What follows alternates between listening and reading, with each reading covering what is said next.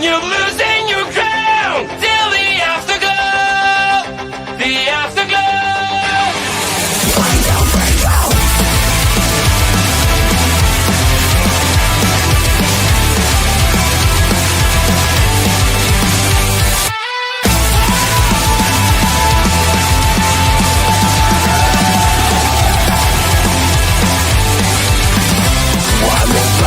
Fading away, you look so great when you gotta shine. One more part of you is gone now, as you keep smiling at the crowd. Pressure is your best enemy. Spotlights show what I wanna see. Sometimes it feels like you're under attack. You just can't break free. I'll be there when you're down, when you're losing your crown, till the afterglow, the afterglow. I'll be there when you fall, when you're losing it all. In the afterglow, in the afterglow. Whoa!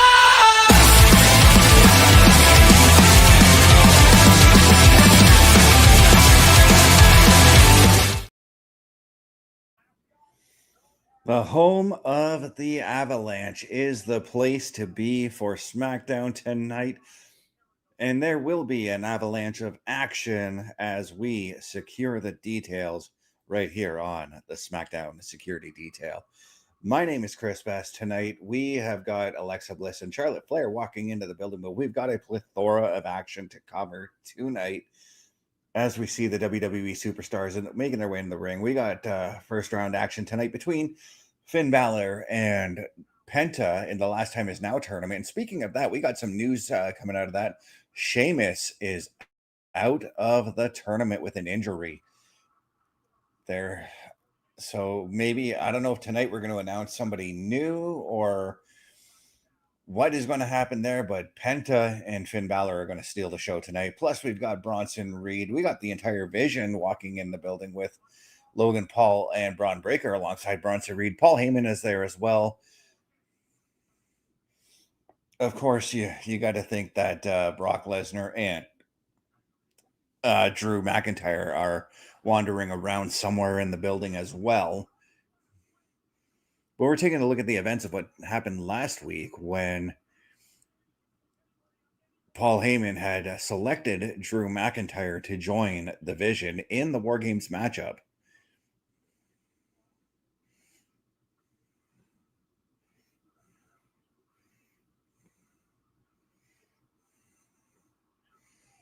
And we're looking at what happened on Raw when Brock Lesnar and Roman Reigns respectively joined their respective teams. Roman Reigns joining with CM Punk and crew, and Brock Lesnar joining Paul Heyman and the Vision.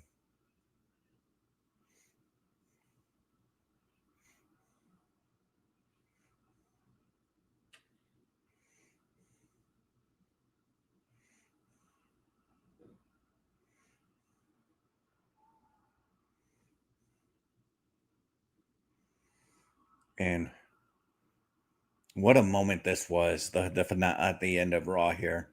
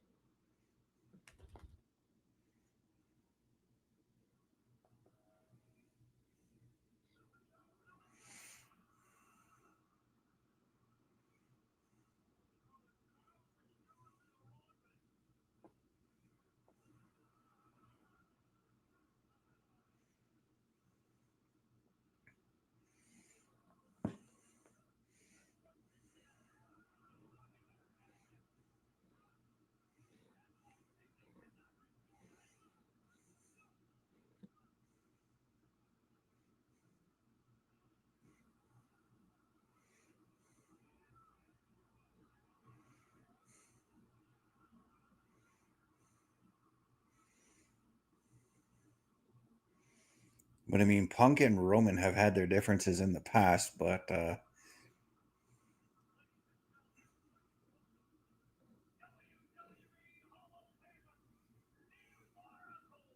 well, we got the Vision in the ring right now. Let's take a listen to what they've got to say.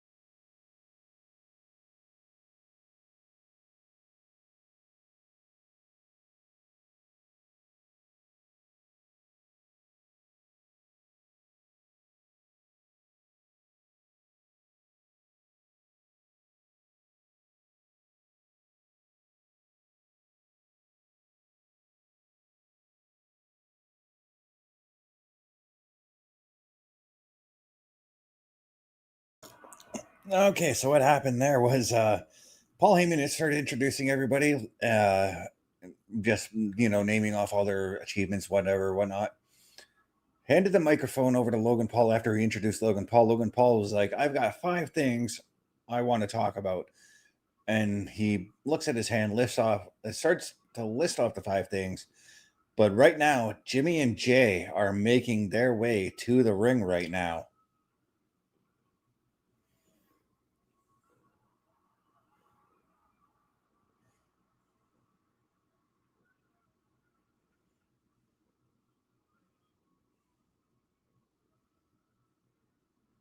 Look at the look on Bronson's face. Jay's got the mic, though.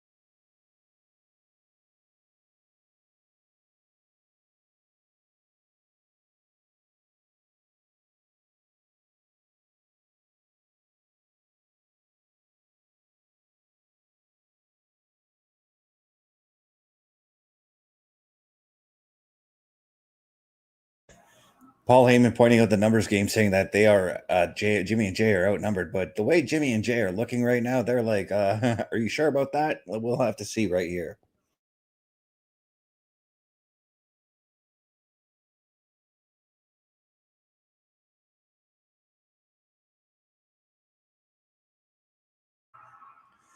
Sure enough, Cody Rhodes is here, but are Punk and Roman around? That's the other question. At the same time, on the flip side, there, Drew and Brock nowhere to be found.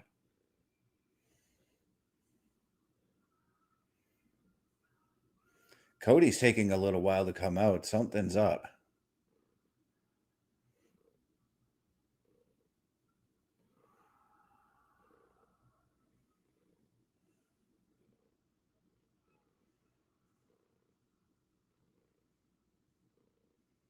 And right now we are at Cody's bus. Oh, of course, Drew is in there, and Cody is laid out at the staircase of the entrance to the bus.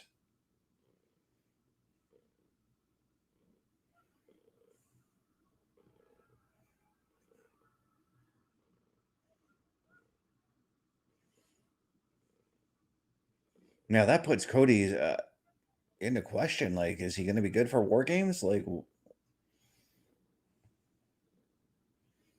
he's pretty beaten up here.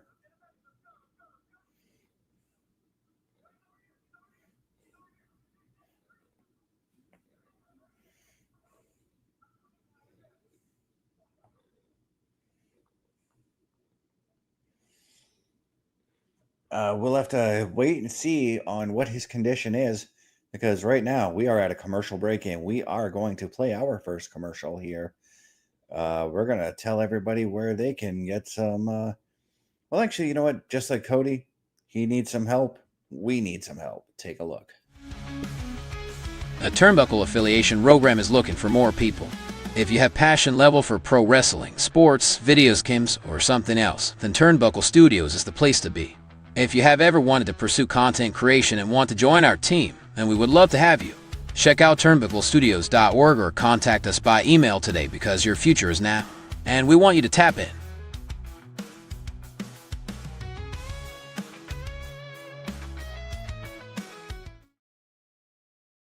That's right, folks. And if you want to join the Turnbuckle Studios team, all you got to do is just head on over to turnbucklestudios.org. I'm sorry, the Turnbuckle Affiliation Program. All you got to do is head on over to the turnbucklestudios.org, click that join button. It'll bring you to an application. Just fill out the application. It'll be sent to us via email. We will take a look at it.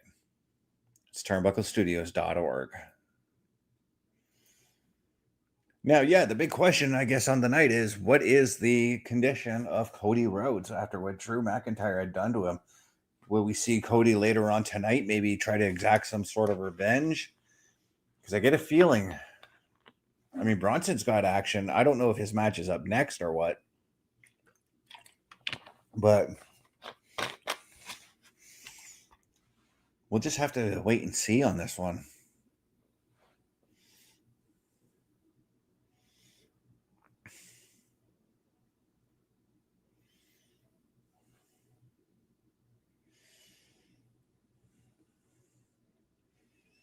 The question is, like, is he going to be good for WarGames? That's the big question coming out of this right now. My personal opinion, Cody will be fine. Cody's a fighter. Cody will do whatever it takes to get to WarGames, to get his hands on Drew McIntyre, and to finally put an end to this thing with Drew.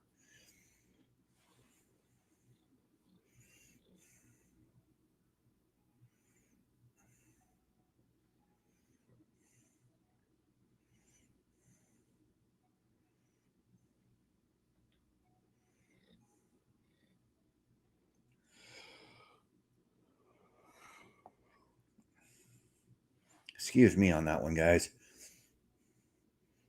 There's a lot of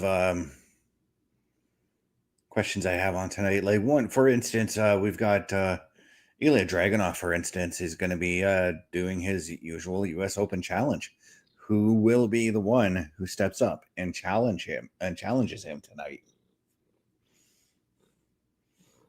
FRAXIOM's got their match against DIY and tag team action. Right now, we are back to the action. We are taking a look at Cody Rhodes, who's now laid out in the parking lot beside the bus. We've got Jimmy and Jay checking on him. Drew just said some words and drove off.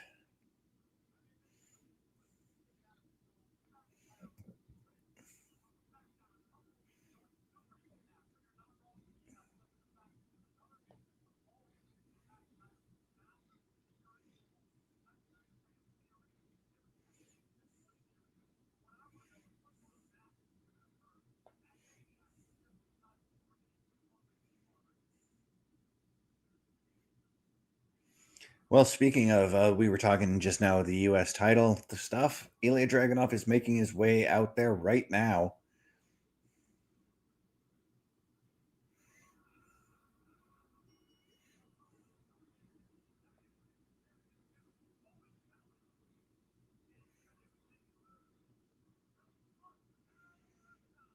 I'm really enjoying ILJA DRAGUNOV with his United States Championship run here. I do want to see him defend the title on a grander stage, though. Like, I wouldn't mind seeing him at WarGames, perhaps, defending that title. And maybe that's, I was going to say, maybe that's where we do go with this whole thing with the MFT and him.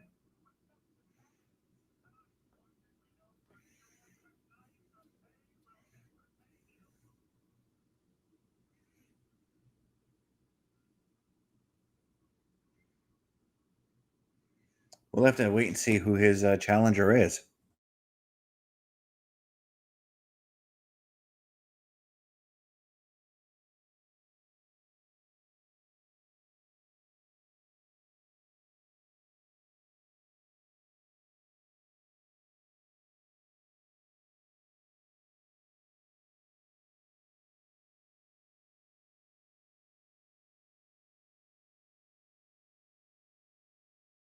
Oh, do I like this one?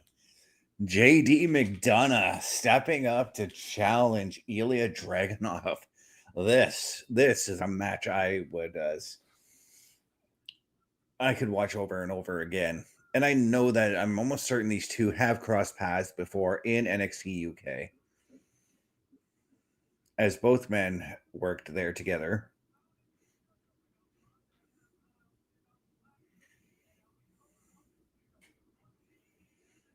There's a part of me that wishes that they didn't get rid of NXT UK, because I kind of really enjoyed the action there.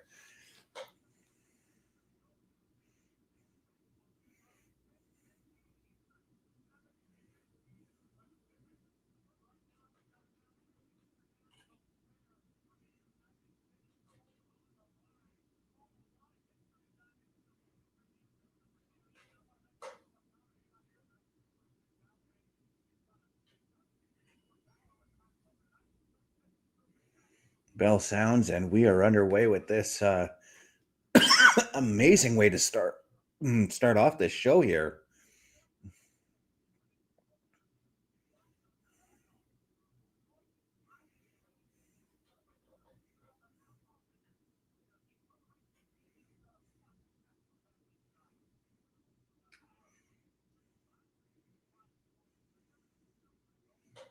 Oh, dang. JD just got a cheap shot in on ILJA, but ILJA just responded with a big foot to the face. The thing that I'm expecting out of these two is that European style of wrestling between that these two definitely know. So expect a lot of innovation and hard-hitting maneuvers between these two men.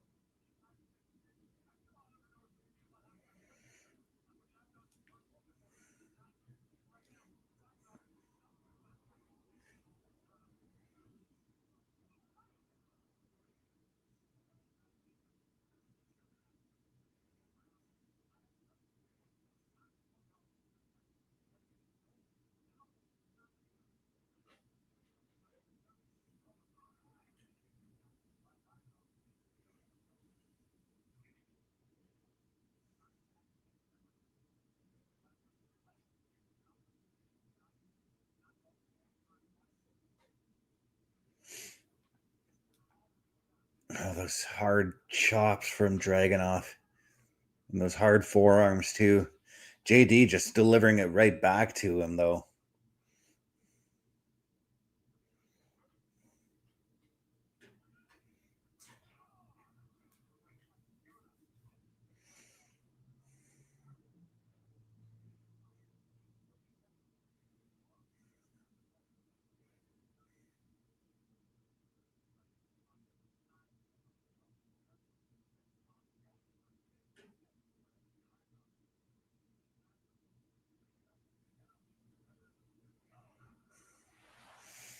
What's that fast leg drop? I mean, the speed of JD McDonough just impresses me every time. This is already, we're not even like 5 minutes into this match, and I'm thoroughly enjoying it. OMD, you've come at a great time. I have, as I see JD McDonough has answered the US Open Challenge. Yeah, and I should have expected this, because when they were showing the wrestlers walking in, they showed Finn walking in with JD. Right. But I'm really surprised. Did the rest of Judgment Day come in with them? No, it was just Finn and JD. Okay.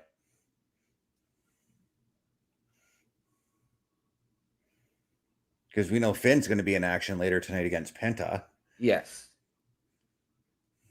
Now, is this our opening match of the show? Yeah, this is the opening match, but not the opening promo. The promo tonight will probably be the story of the night. Okay.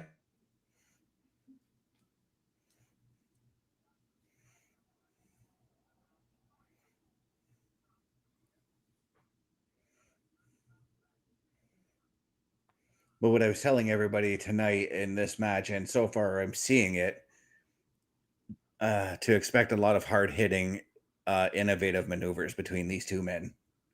100%. We did see these guys go to war a few years ago in NXT. That's what I was talking. I was going to bring that up because it was NXT UK that they started their feud. Yes. Yes, these two men do have a long and colorful history. And boy, am I glad that this match is happening.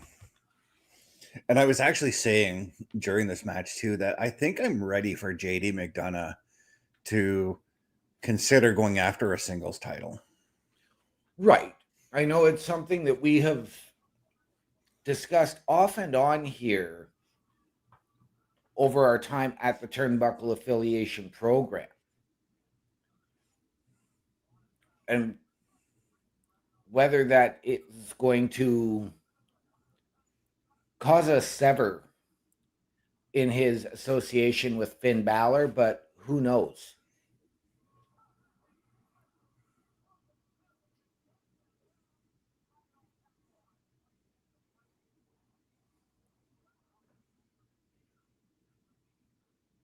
And Dragunov, I know exactly what that feels like. He's for those who aren't watching and just checking us out, he's adjusting his leg brace, which is something I constantly had to do when I broke my knee many moons ago.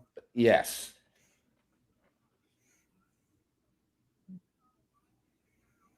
And I didn't have the leg brace like he has. I had one of those ones where I had to keep my legs stiff. Oh.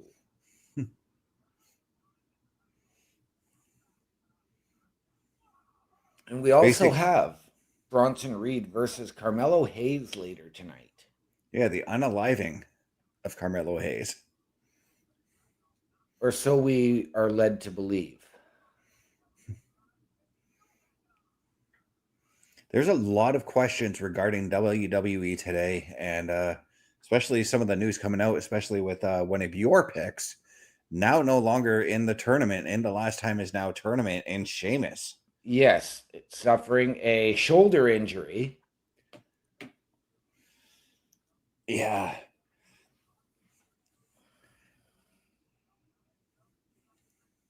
And this leads me to wonder, because we see Sheamus in the last 2 years has come back, starts to build a little momentum, and gets injured.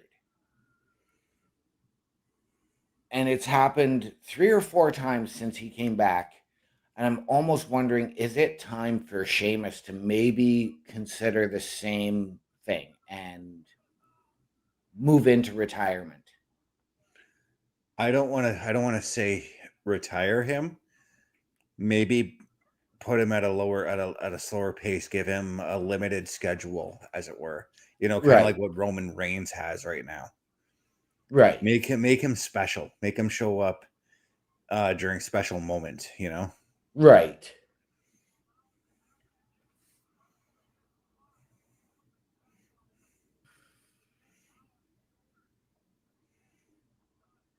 And I know that he doesn't have the aura that that Roman Reigns has, or that John Cena, the Undertaker. Like he does not have that aura, but he could still be some kind of a special attraction, especially for your mid card matches. 100% he could.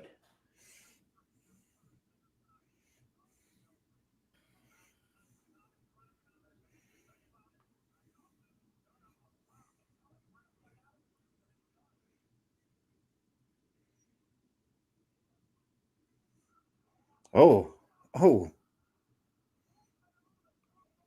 That I've seen spots like that before. JD McDonough attempted the suplex, and they ended up suplexing each other over the top rope. And I've seen that spot several times. Every time I see it, it worries me in that moment. Right? It's a very, very cringeworthy type of maneuver.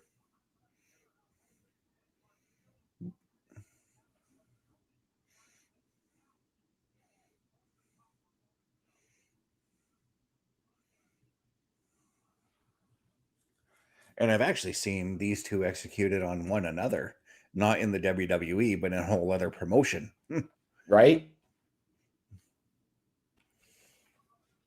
I do want to say that that would either have been ICW or WXW. Probably WXW is the German company, right? Yes. Yes. Okay. Yeah. Then it would have been there because, again, I mean, I've got a pretty deep history of watching that promotion. So Right.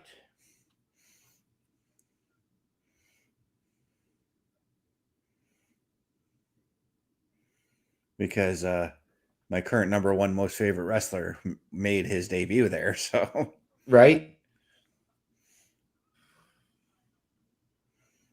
and that's where I was going to get to. And I think that this is an opportunity with Sheamus being out of the tournament. This just opens up another opportunity for Joe Hendry to get that match. It does. It does. As our friend Parrish put out there on the socials earlier, do we say his name? I read a And report this morning that Mark Henry has suggested that after the Last Time Is Now match, that Joe Hendry come out, lay down and let Cena pin him just so that he can say he has a loss to John Cena on his record. now that's something I thought about too, but I didn't think like the Saturday night's main event. And I thought more along the lines of the Hall of Fame when remember when Mick Foley Yep. got his induction and he's like, I've never wrestled Chris Jericho and I've always wanted to wrestle Chris Jericho. Yeah. No, he said Yeah. he's never beaten Chris Jericho. Yeah. Well, they've actually never wrestled each other either. So, but then Jericho got up on stage and then Foley hit his elbow and then got the 3 count on it. I thought of that. I thought of it happening there because I could see that happening at the Hall of Fame. Right. Oh, geez. JD's chest is going to look like raw hamburger after those chops. Now, I know we're watching this absolute banger of a match between Dragunov and JD. But something else has come out regarding SmackDown for the new year. And I want your thoughts on it. And that is SmackDown is reportedly moving back to the 3-hour format. It allows more room for for talent that we can't see. That's what makes me happy about it.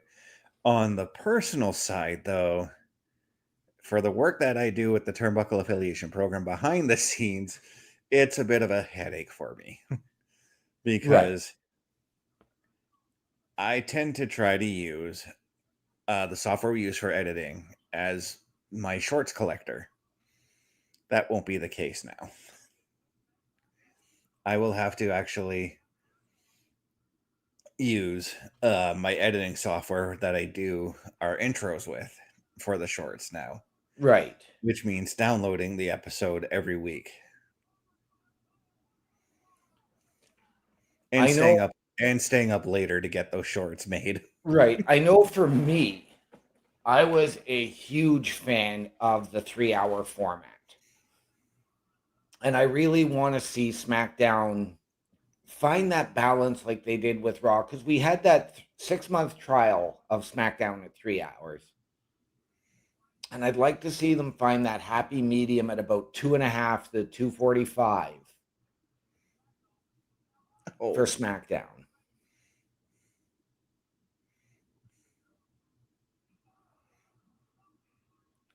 What a kick there from Dragunov.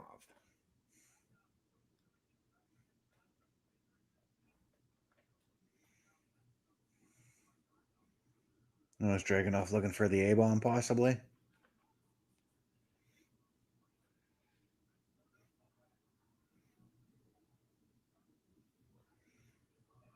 No, but JD is looking for a knee to the head.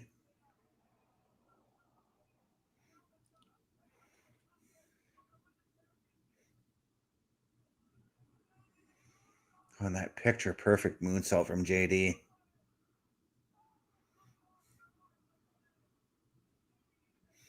But yeah, going back to the idea of SmackDown moving to 3 hours, I do like the fact that it's going to let some of the stories breathe. We're going to get more focus, maybe again on the tag team titles, because since the Wyatt Six have won them, we haven't really seen much of them. Right. And that's what we had when SmackDown was 3 hours, anyways. We had a lot of the moments breathe, right? Like Yeah. instead of just because we've been getting a lot of like on these 2 hour shows, and I'm not complaining about it, but we've gotten these moments where it's like, okay, Drew McIntyre just kicked Cody in the head. Let's go to the next moment. Yeah.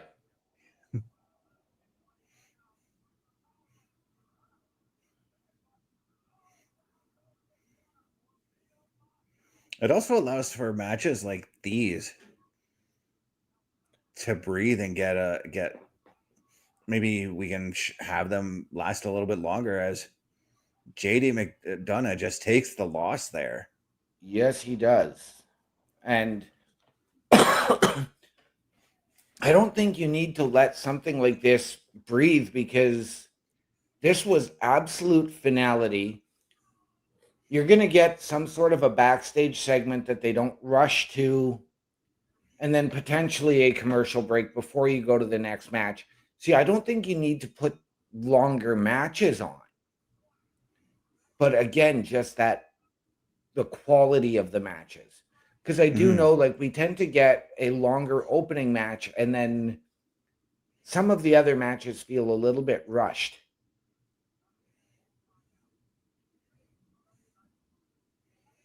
Yeah, see, like right there, I think I could have used a couple more seconds of Ilya celebrating with the title before we cut to Cole and Right. Corey Graves.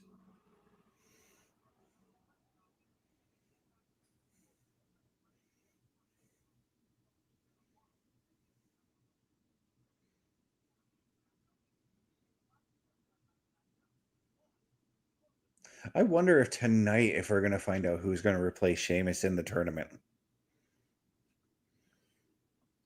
That would Or be very, very intriguing.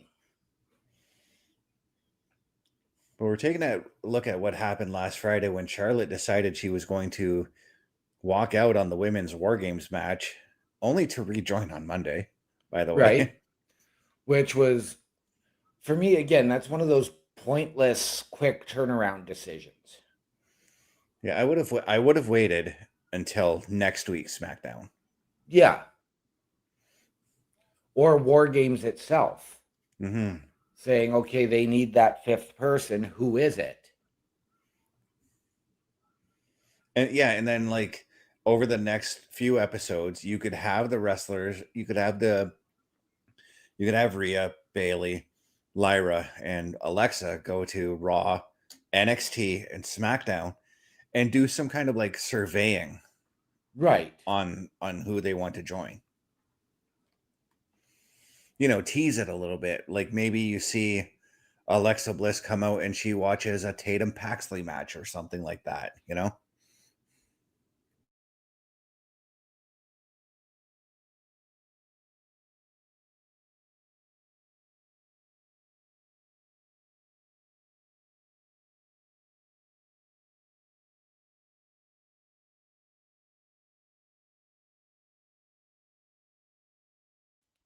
So Alexa forcing a face-to-face with Charlotte and Rhea Ripley.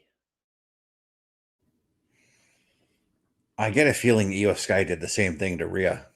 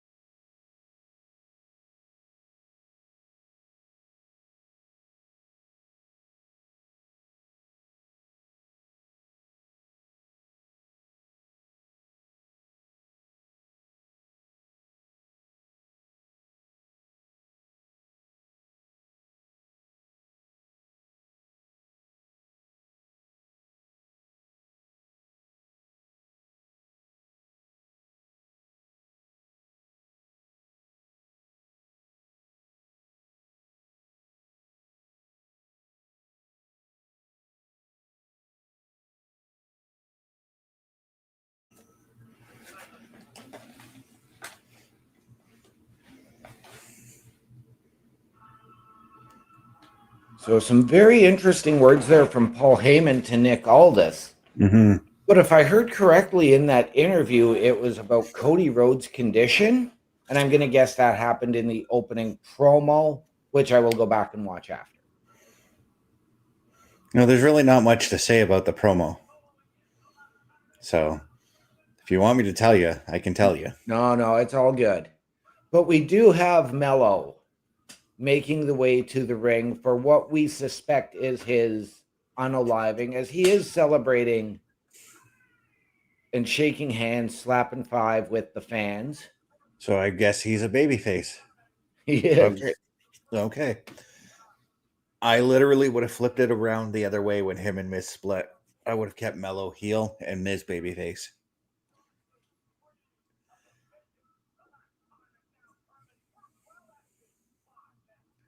And it makes sense. I mean, he's got this match against Bronson Reed, who is like one of the ultimate heels right now. Yes.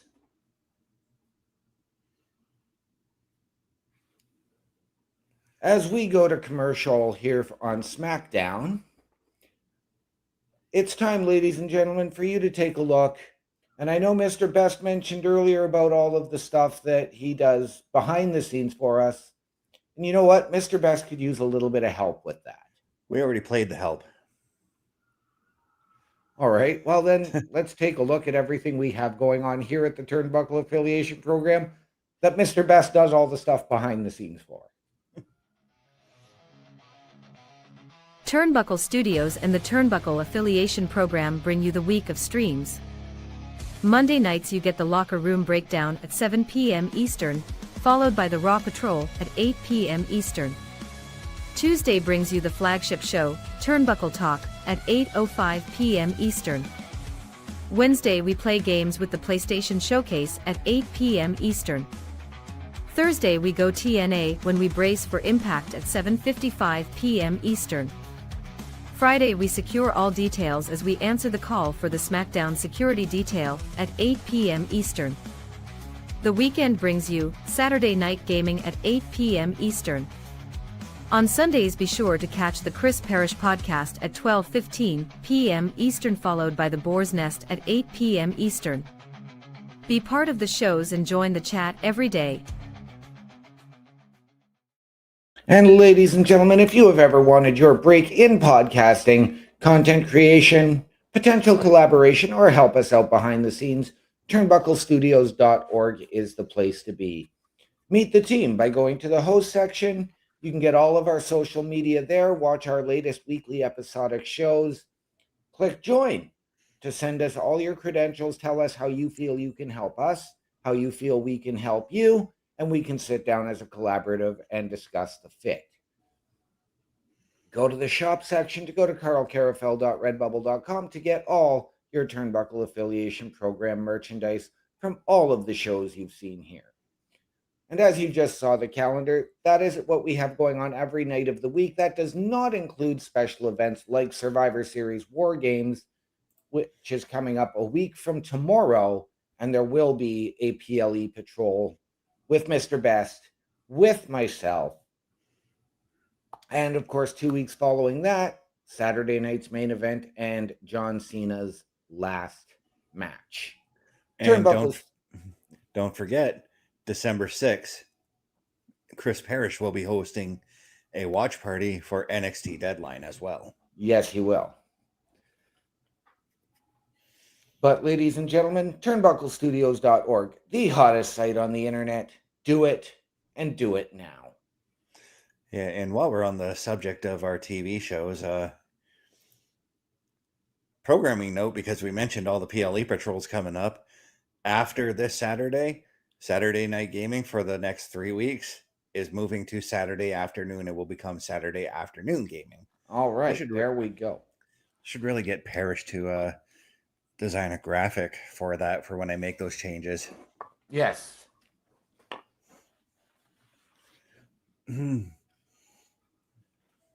looking at The Miz, and I know we've been saying this week in, week out, but I wonder if The Miz finds his way to get involved in this match. I don't think so, because it's Bronson Reed, and as Paul Heyman stated, you'd be stupid to step in the ring with Bronson Reed.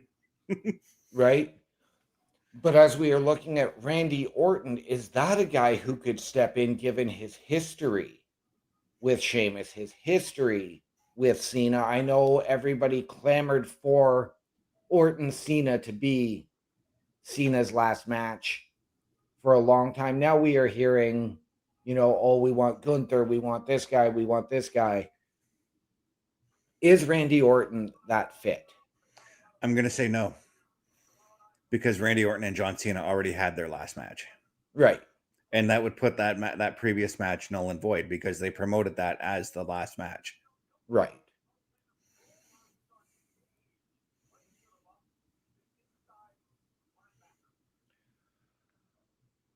We did see in that promo package as well, Jimmy Uso. Could he be that last match? No, but I did have a thought about Jimmy Uso. And I was thinking about my idea of him turning heel on WarGames. What if he was the one who turned heel and then joins the Vision, becoming like the leader of the Vision, or the new leader of the Vision? It'd be just like what Roman Reigns has been telling everybody. Right. To go and take that lead. And but I didn't see who Dragunov just cornered. That was Tama Tonga. Okay. Interesting. I don't see it because I think that Logan Paul just slid in and did that. I think if you were going to do it, you needed to do it 2 weeks ago before Jimmy joined the WarGames team.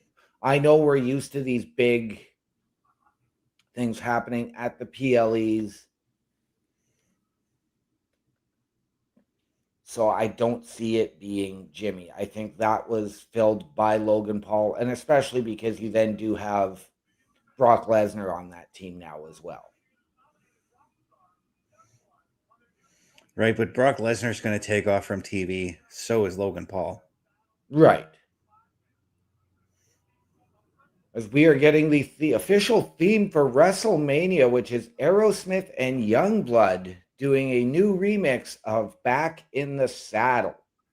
And I am intrigued to hear it. I am. I'm not, because I'm kind of ready for Aerosmith to go off into the sunset. I do like Aerosmith. I love their music. Get a Grip is one of my most favorite albums ever. Right.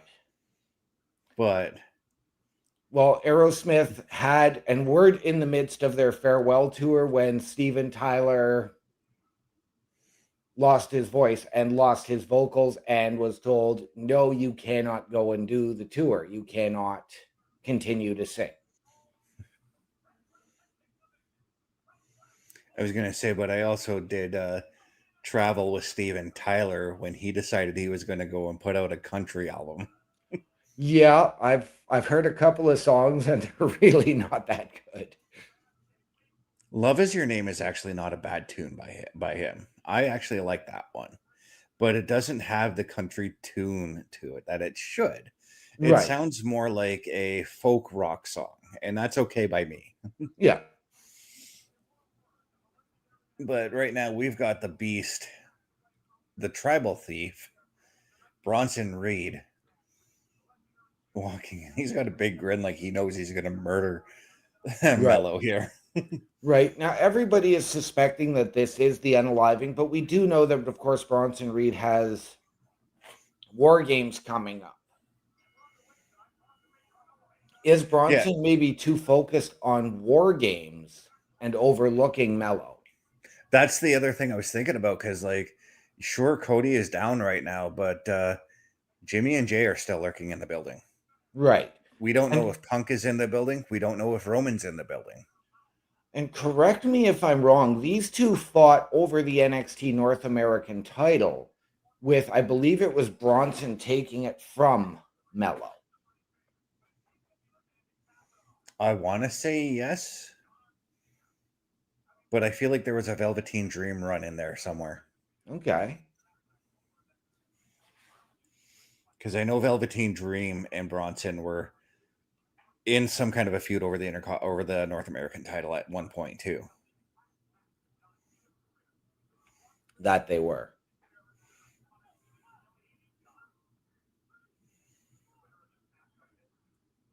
And I think if I'm not mistaken, it led to a multi-man ladder match for the North American title.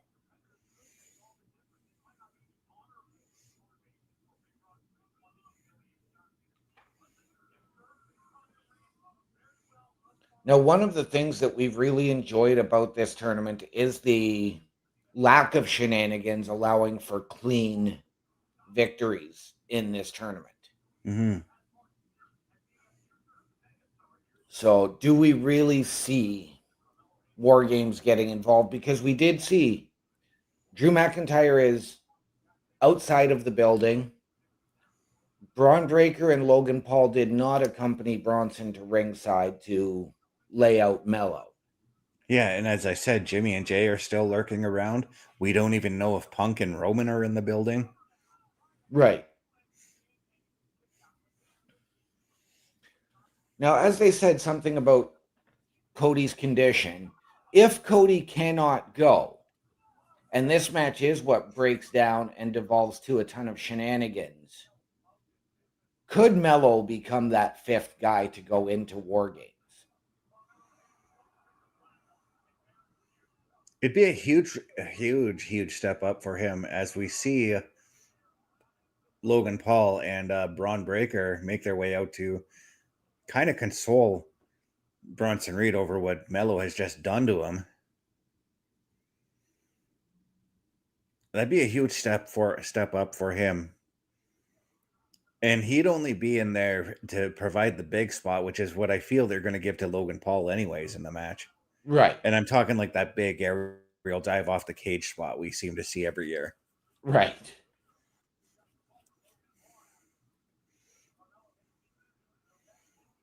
But now that we've got Logan Paul and Braun Breaker out there, I'm now thinking we do see Jimmy and Jay make their presence felt. Yep.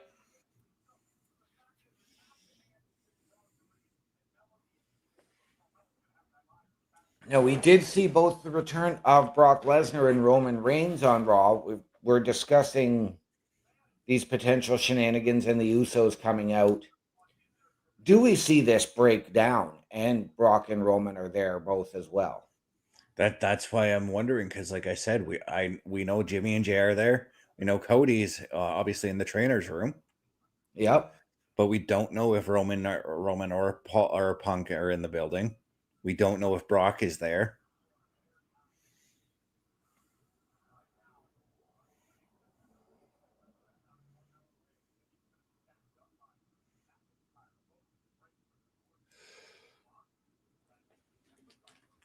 This match has a lot of questions right now.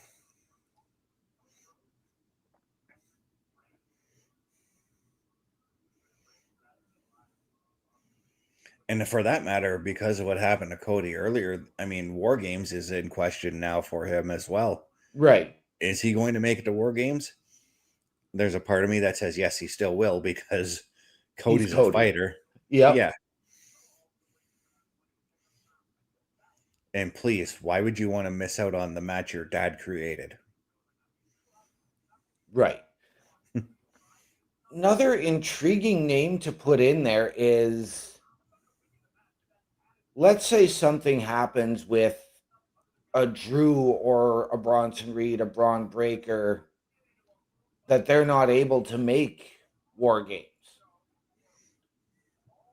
We've seen this now budding rivalry. Would Aleister Black be that fit for the Vision?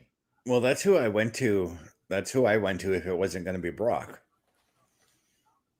I thought Aleister would be the perfect fit because now you've got you got Drew and Aleister, who are the ones who want Cody's championship right now. Right. Well, first of all, Aleister Black said a world championship. That could be Cody or Punk. And yes, Cody and Punk are both on the same team this year. But, I mean, it's clearly he wants to go after Cody. Yeah. But then on the flip side, this is what the other thing I thought about too. If Cody's taken out, maybe this is where I would add Damian Priest. Right. If Aleister Black was in that situation, though. Yep.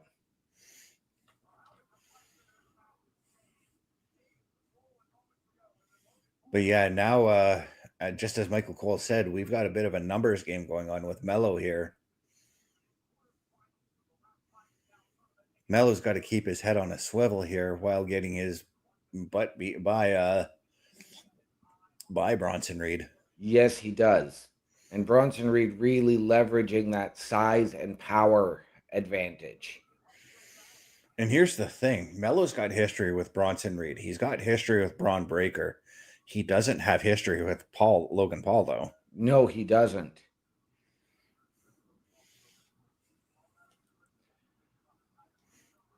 And I mean, so far we have seen Logan Paul and Braun Breaker just stay at the ringside area and not involve themselves. But I wouldn't put it past the members of the Vision hanging around at ringside to get involved. Not at all. Because even before they even showed up, I mean, we got Paul Heyman still lurking around ringside, and I mean, the Walrus can be a sneaky little rat. So that he can.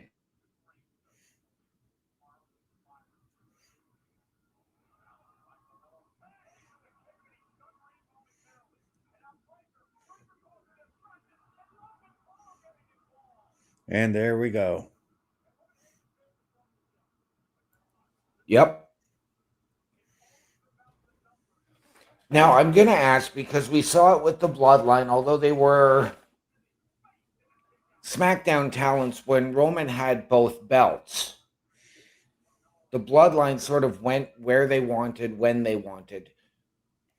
Given Logan Paul, who is supposed to be a Raw superstar along with Bronson Reed and along with Braun Breaker, do we see them potentially doing that same thing and just going where they want and wreaking havoc?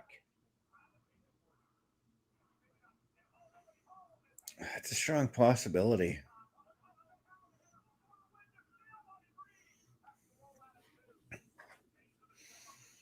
That's the thing, Bronson. You can't get cocky with a guy like Melo like you just did. Otherwise, this is what's going to happen to you. Yep. Melo taking your advice and looking to put Bronson down to his level. And he's keeping, well, I was going to say he's keeping on him, but now he's kind of doing a taunt right now. Because that's the one thing and this is me being a big man too, guys. Keep on him. Yes. Don't let up. Because that's the way I wrestled, was the big man style. And that's the story I always wanted to tell. If you're going to attack me, if you're going to take the advantage in the match, keep on me. Don't stop and taunt, because I will get up and slug you right back. Melo going to the top rope looking for the frog splash.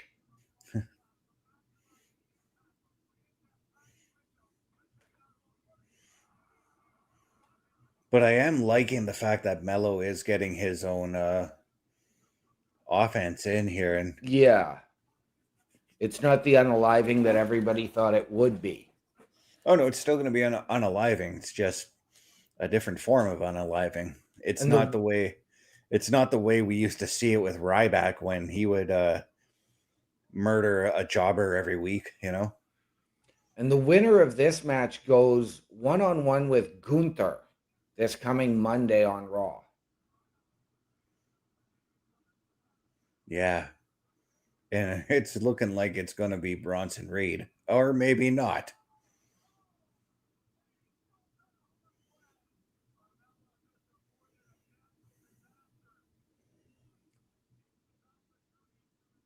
Braun is on the... Okay. I was going to say Braun's on the stairs there.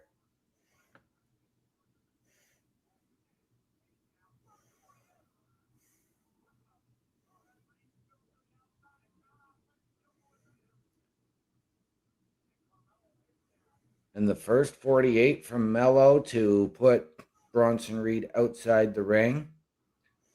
and taking out everybody in the Judgment Day in the Vision. Yes.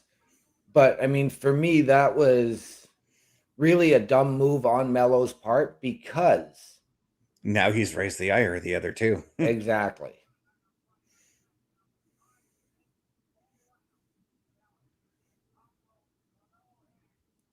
And despite getting Bronson back in the ring,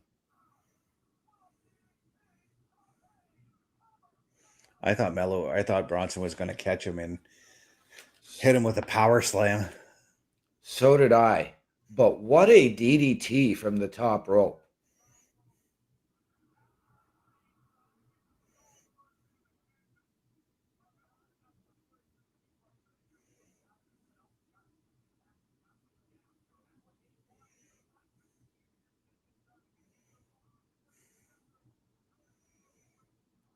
Carmelo using every ounce of energy he's got left to climb that top rope. Yes.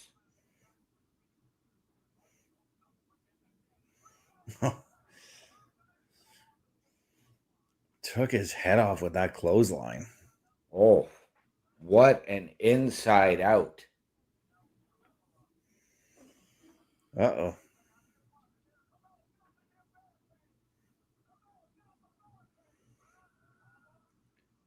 And now Bronson Reed tearing his t-shirt down and forcing There Logan it is. Paul to... Sorry if I'm a few seconds ahead of you, but you're seeing it probably right now. I am. As Braun Breaker had taken the shirt off, was going to go for the spear on Melo, only to eat a super kick from Jey Uso. Yeah, now Jimmy and Jay have taken Logan Paul and Braun Breaker out of the equation in this match. But Paul Heyman is now providing the distraction.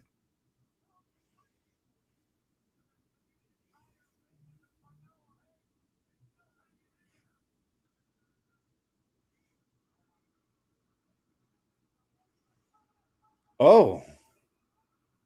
Well, that answers our questions about WarGames.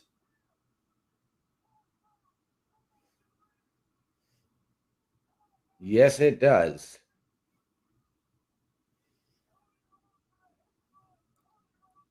Cody picking up Melo and tossing him back in the ring. After hitting a crossroads outside the ring.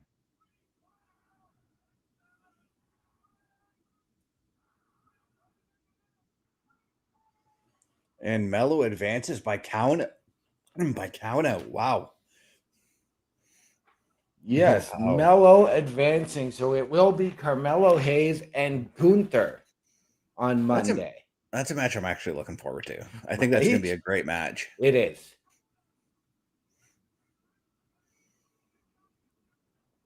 I would be okay if it does end up being Melo against John Cena.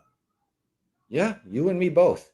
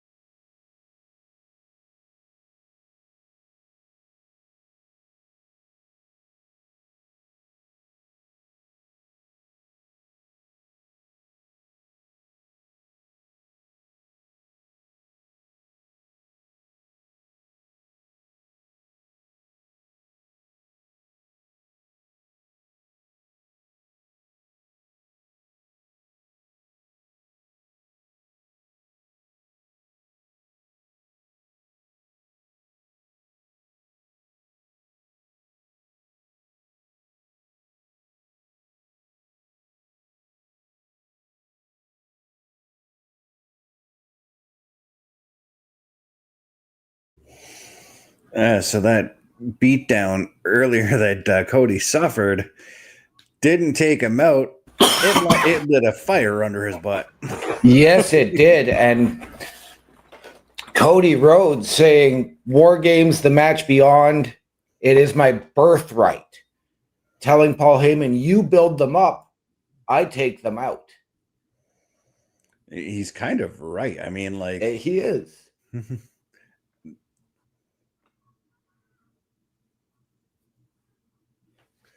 ooh.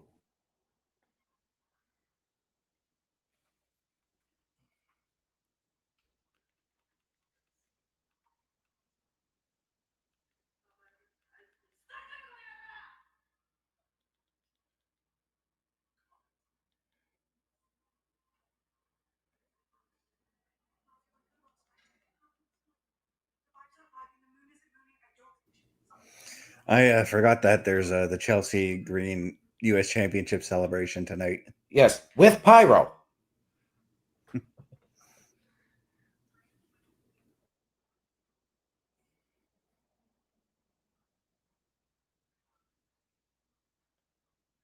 now she comes face to face with Jade Cargill.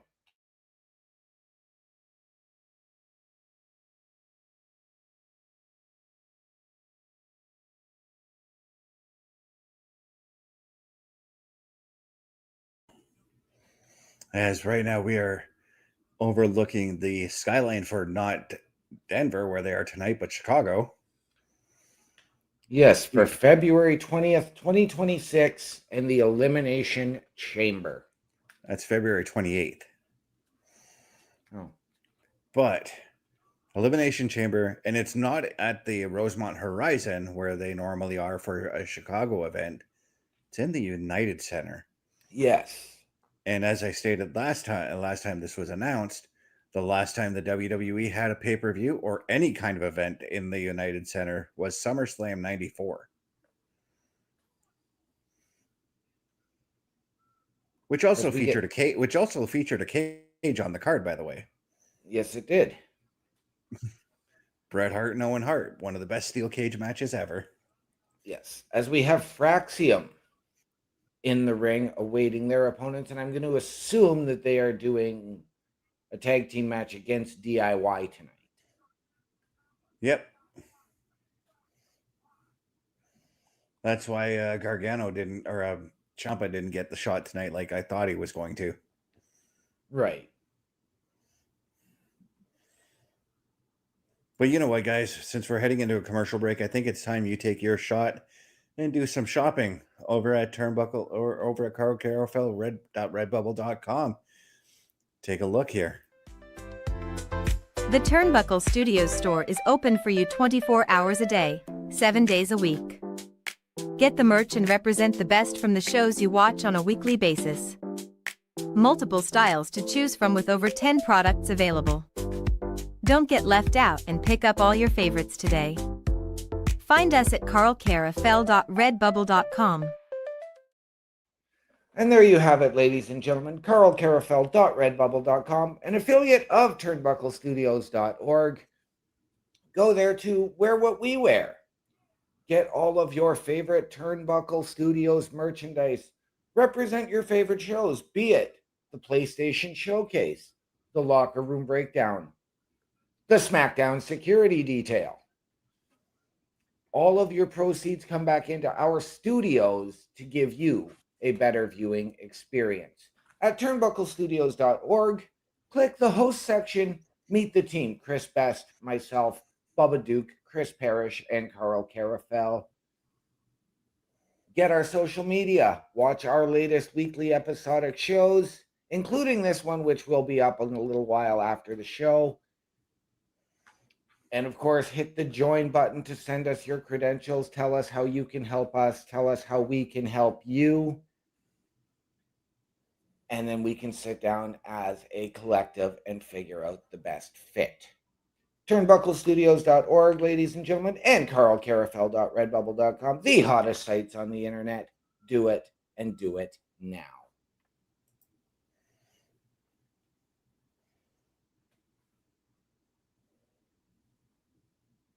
As I just seen a commercial for WWE Shop, I'm reminded of Black Friday. And this year I was worried. I was worried about Black Friday because I like to do a little shopping on Black Friday. Right. But it turns out this year I get paid on Black Friday. Nice. So I might be able to pick up something. And I started searching around today on what exactly is it that I need for the Turnbuckle affiliation program side of things. Right. And well, there's two things I need. I need a USB extender port and that hard drive you and I talked about off stream. Yes. So I've decided to go on Amazon and just kind of keep an eye out on the hard drive I picked out and the extender port that I had my eye on. But I know with the extender port, I can probably just go to Staples and buy one. Yep.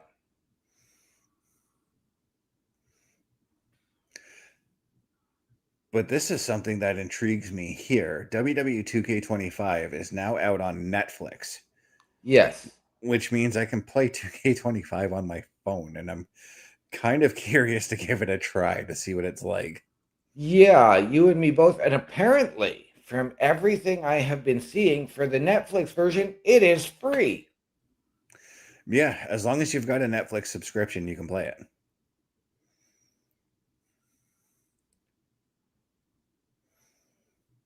I'm just wondering if my phone will support the game. That's what I'm wondering. Right.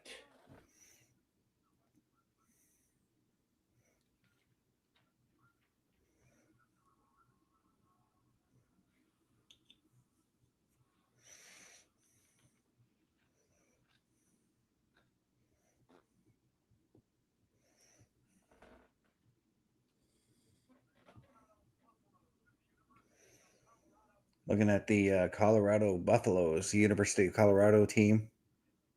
Yes. Have you noticed lately with WWE over the last couple of weeks, there's been a lot of emphasis on football teams for whichever city they visit? Oh, absolutely. But that's because you are now building throughout the college season to the college football playoffs. Of course, we are now building the second half of the NFL season and getting ready to sort of figure out where everybody lines up in the playoff picture there. Well, we got Sami Zayn talking right now.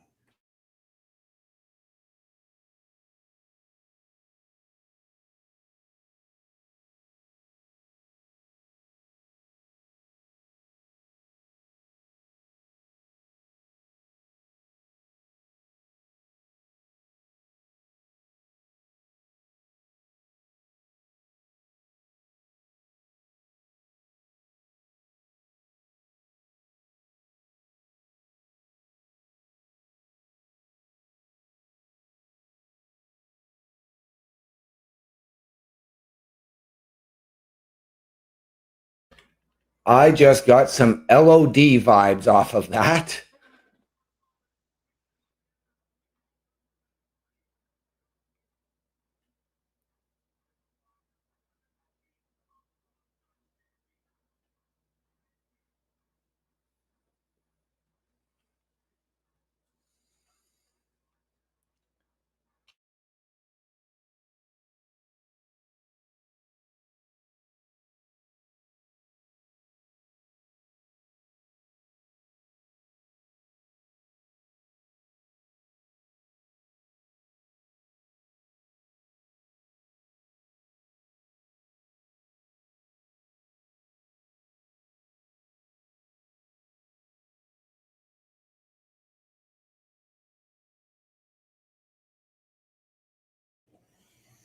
Oh, I love the graphic, the match graphic. It is total old school Survivor Series. I love it. Yep. And I got complete LOD and Ultimate Warrior vibes off of that promo. I got every 80s Survivor Series promo vibes off of that. Especially when Sammy was introducing them and you go, you know, you've got the two best, greatest tag team of the last 2 decades. Tell them, well. Yeah.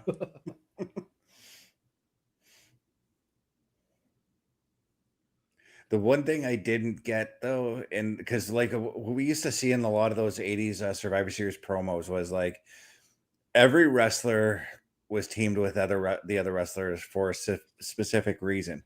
So like let's say Ultimate Warrior and Ravishing Rick Rude were in a feud. Well, they were in like a feud. But if Rick Rude was captaining one team, Warrior was captaining the other, Warrior would cut the promo on ravishing Rick Rude. But then if the Rockers were with the Ultimate Warrior, the Rockers might cut a promo on the Brainbusters on ravishing Rick Rude's side, you know? Yeah. The Brainbusters. That's a deep throwback. Yes, it is. But that's, again, that is just the evolution of this industry, and it's not about cutting the promo on one or two guys. It's now you're cutting it on that whole team, that whole unit and faction.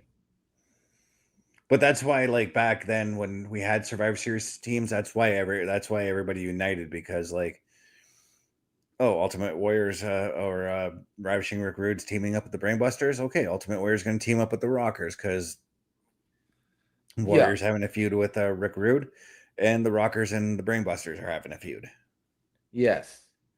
And I love the fact that we are, for the first time in a number of years, getting that traditional Survivor Series elimination match. It's not something we've seen in a long time.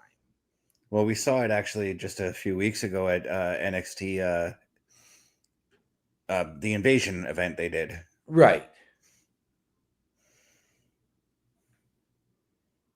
But I'm still behind on that episode. Did Logan Paul leave his prime drink at ringside? I just saw it sitting. I just saw it sitting by the ring apron, and I know I saw him grab a drink while he was at ringside earlier.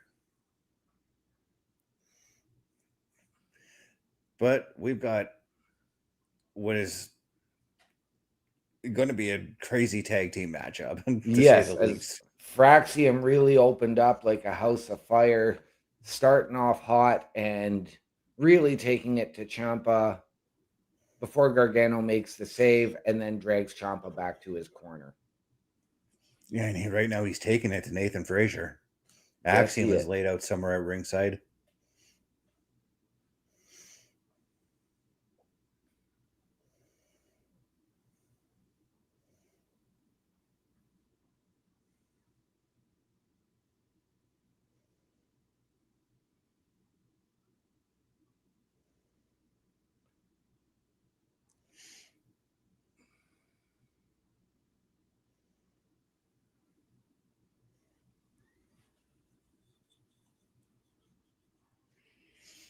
I gotta wonder if there's got to be something with the tag team titles has to come out of what these four gentlemen are doing. And I know this all stemmed over the U.S. title, but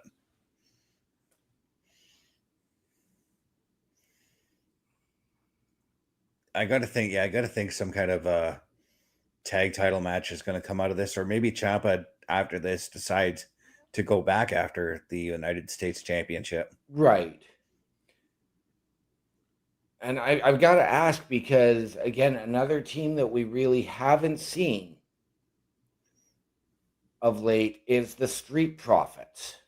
Do they somehow make their way back in? Because this has been a long-running tag team situation throughout the better part of this year on SmackDown, with everybody being in everybody's business and nobody establishing true dominance. The Wyatt Six doing with the tag team titles much what the Judgment Day did with them, and hold on to them but not really defend them. But at the same time, it kind of makes sense due to the personal situations that Bo Dallas is currently going through. Right. However, I mean, we did see them on TV a couple weeks ago, and I can't remember what tag team they were about to attack in the locker room, but then we seen Eric Rowan step in and say, no, it's not time. Right.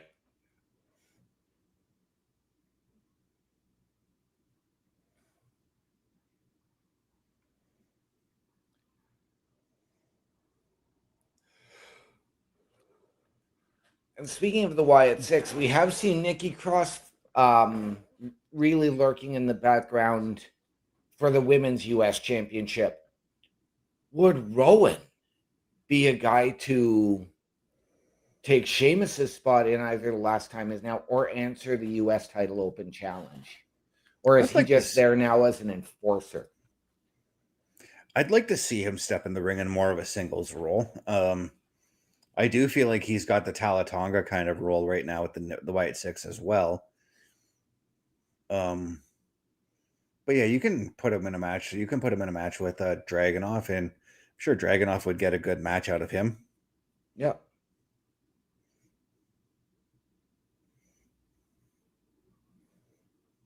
Gargano holding on to the wrist of Axiom there, preventing him from making the tag. Until that point.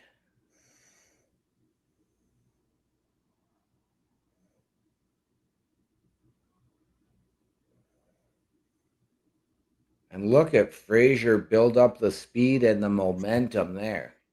Oh, geez. Every time I see that, the standing moonsault. Ooh, I wonder. I'm just thinking about like Nathan Frazier's maneuvers, and I kind of want to see him replicate Paul London's drop salt. I think Yeah. he can 100% do it.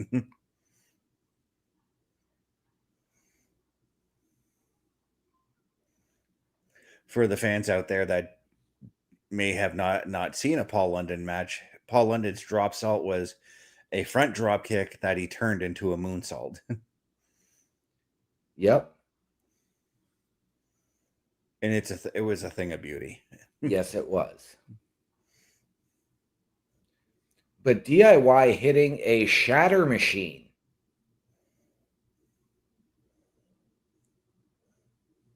Well, they can do it. I mean, the club is not a part of WWE anymore. Right?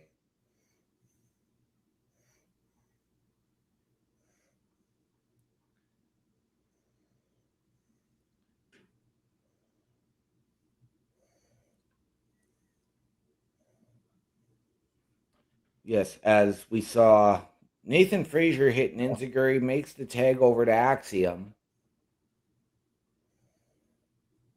who eats a knee.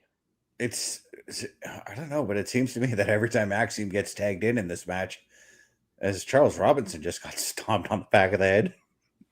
But it seems to me that every time in this match, every time Axiom gets tagged in, he gets his butt kicked. Yes. There we go, Axiom. Now you delivered some offense. So much for that.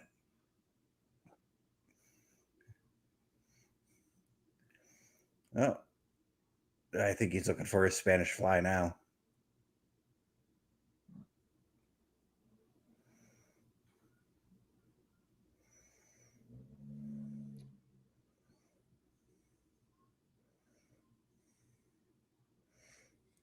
And Axiom trying to motivate the crowd. Hits Ciampa, who's trying to distract the ref. But what an over-the-top rope torpe from Nathan Frazier. And wow. Yes. Thanks to Candice LeRae, DIY has taken the win. Yes, Candice LeRae pulling the mask off of Axiom.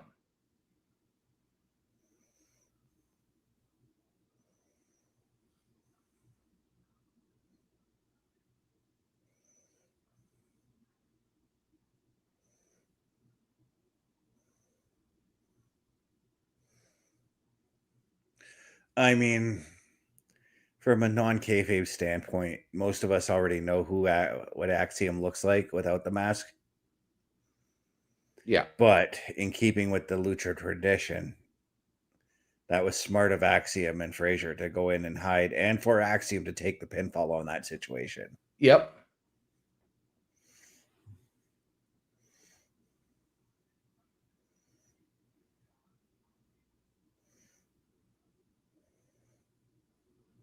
But on the flip side, smart move by Candice LeRae.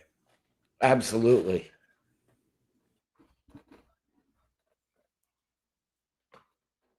Oh, we get the Charlotte and Rhea sit down.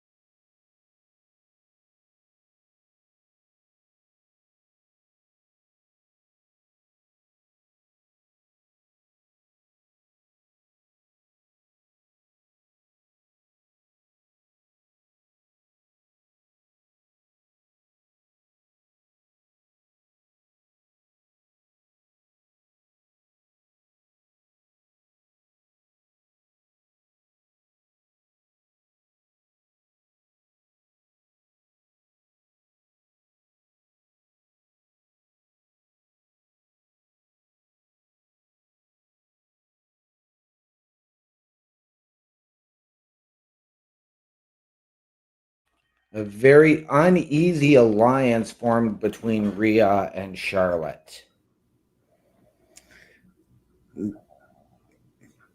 Yeah.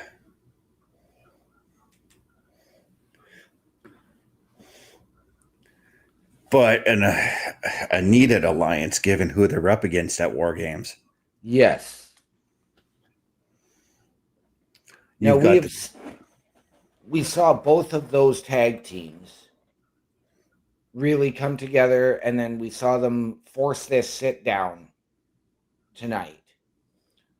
We saw on Monday that Rhea went and talked to AJ Lee in the back. Is Becky Lynch in the building tonight to potentially join the Kabuki Warriors? Yeah, and I want to go back and correct myself, because earlier when we were talking about the women's war games, I did mention Bailey and Lyra as being involved, but they aren't. No.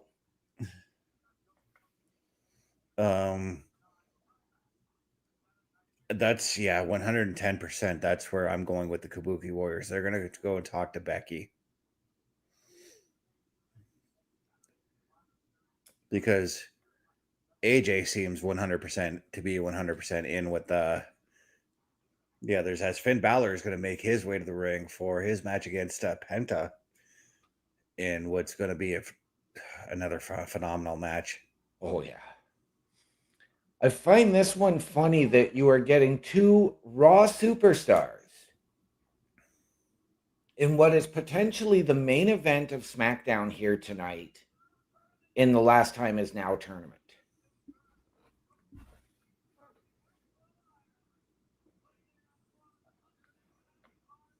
And I have to ask, with JD already in the building, having already competed, do we see potentially JD coming out to interfere only for Rey Fenix to come out, and that's how they introduce us to the Lucha Brothers? I don't think so, because Ray's got to worry about the Survivor Series match next week. Right. But I could only imagine how cool it was for the brothers to actually hang out in a locker room that's not a PLE locker room. Right.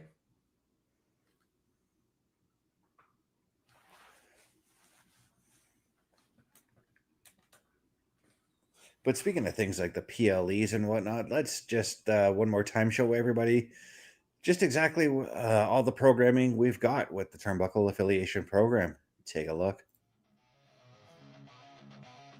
Turnbuckle Studios and the Turnbuckle Affiliation Program bring you the week of streams.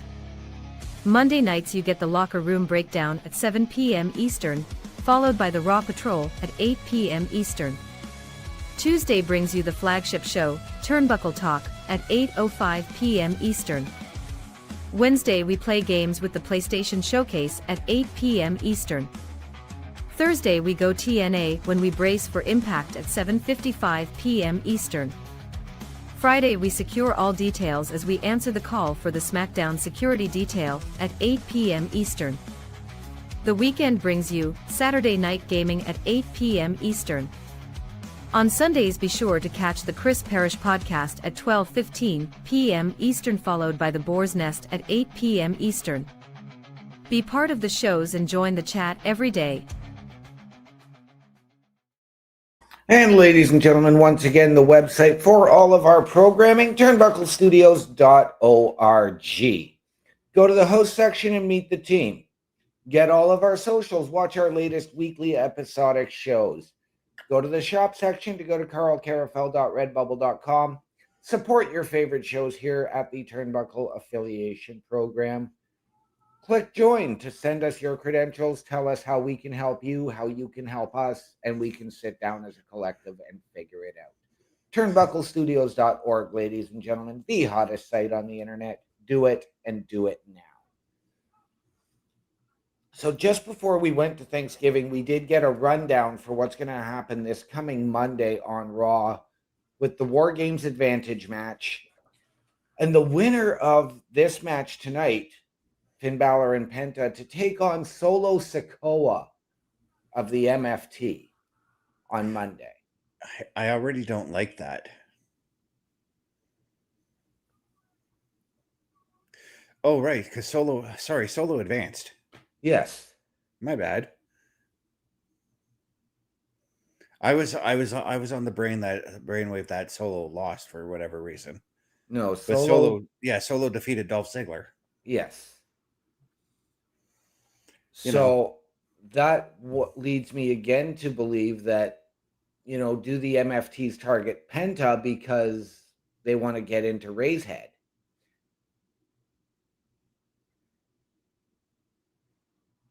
Yeah, I mean,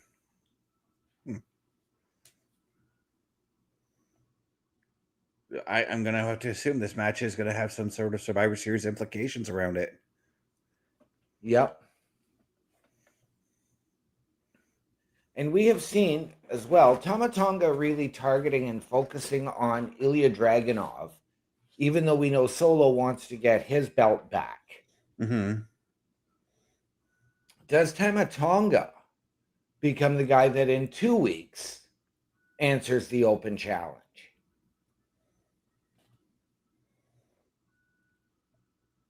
I'm going to say yeah, because I'm ready for him to challenge. But I was also saying to everybody that I wouldn't mind seeing the U.S. title being defended on a grander scale, be it a PLE or a Saturday night's main event. Actually, at a Saturday night's main event or a PLE, if you're going to do the open challenge on one of those, that's where you can do that to hype like a returning wrestler as well. Right.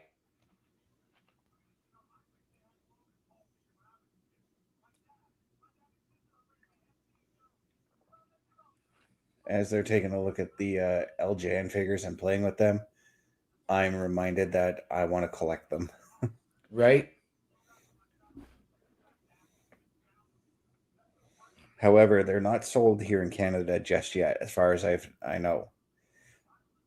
But the one place I think that they would be sold at here, and it would be just what is a 10-minute bus ride away from me in Walmart. Yeah. As we now have Finn Balor waiting in the ring, and we have the arrival of Penta. And these two guys do have a history on Raw.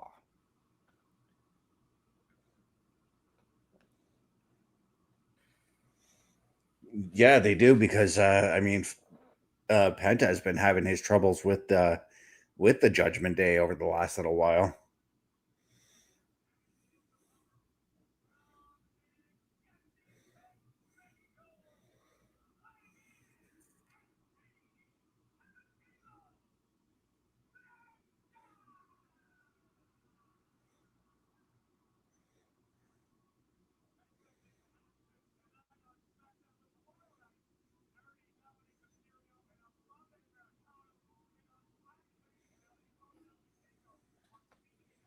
I'm trying to look for stuff on Saturday night's main event, and I ended up going to the Montreal one. I'm like, yeah, they're not booking for that one yet.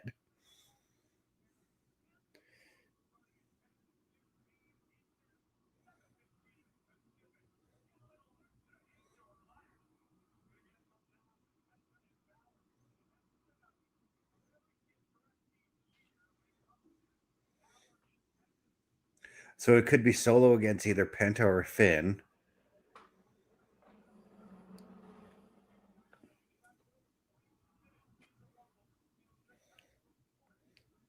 Or in Gunther versus Carmelo Hayes.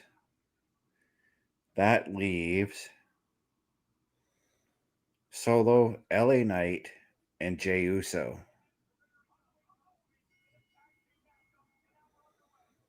Or sorry, Solo's going to take on whoever wins out of this one. Yes. So But that then we've actually got LA Knight and Jey Uso remaining in the tournament, because we don't know what's going to happen as far as I got to assume somebody's replacing Sheamus. Yeah, and who would Sheamus have been facing? That's what I'm wondering. Like, I'm actually surprised that Well, it's possible that they could still announce it. We still got 25 minutes left. Because there's supposed to be 8 guys left. And right now Yeah. we only know of 6. And we're going to find out our 7th here momentarily.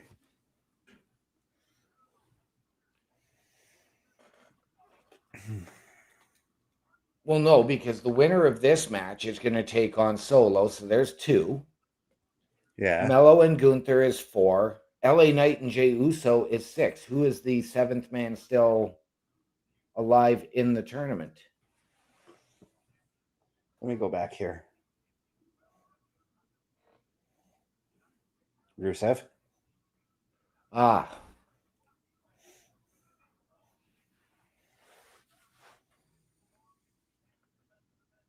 Well, maybe that's where you fit in Joe Hendry. Maybe. Because I don't see it being LA Knight. And I don't see it being Jey Uso for some reason. No.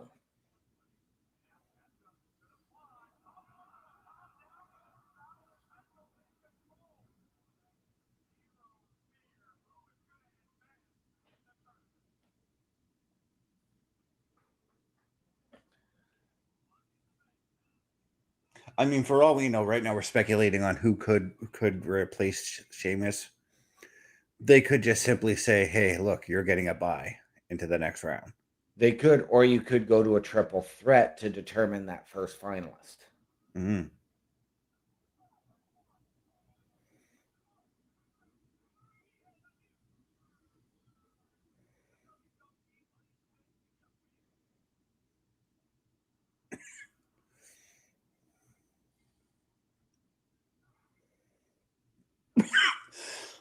Excuse me. As once again, we're at another commercial break here. I'm going to throw up another one of our commercials. This time, we're going to tell you guys that we need a little bit of help. A Turnbuckle affiliation program is looking for more people. If you have passion level for pro wrestling, sports, videos games, or something else, then Turnbuckle Studios is the place to be. If you have ever wanted to pursue content creation and want to join our team, then we would love to have you. Check out turnbucklestudios.org or contact us by email today because your future is now, and we want you to tap in.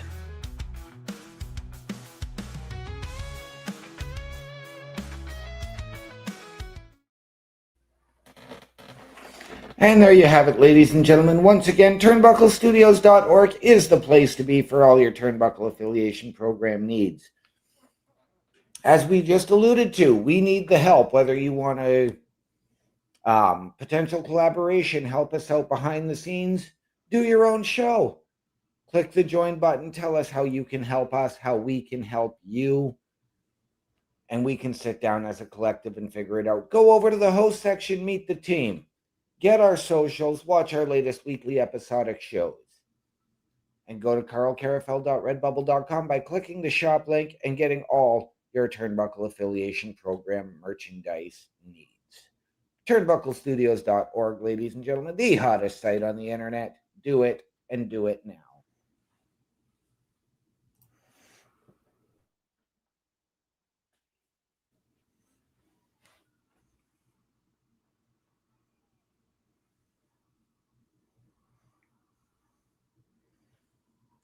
Oh, yes. Tickets are still on sale for the San Diego WarGames. Interesting. Tickets are still on sale for the Our Lady Peace Finger 11 show, so fingers 3 crossed. Days Grace, Finger 11? Wait, what did I say? You said Our Lady Peace. Oh, sorry. I was thinking of when I went to see Our Lady Peace, too. So, I mean, that was the last show I went to see at the Gardens. So I'm hoping that next week I'll be able to secure myself a ticket. Yeah, I kind of went a little bit overboard over what I wanted to spend on the ticket, but I'm getting a bowl seat. There's still, I saw that there's still plenty of floor seats available, but $150 for a floor seat's it's a little bit out of my price range. well, you could have gone, that's if you're going for P1. I wanted P2, but then they gave me one at the very, very back. So I ended up booking P1, so I'm in the standing room, which is the first 8 rows. Yeah.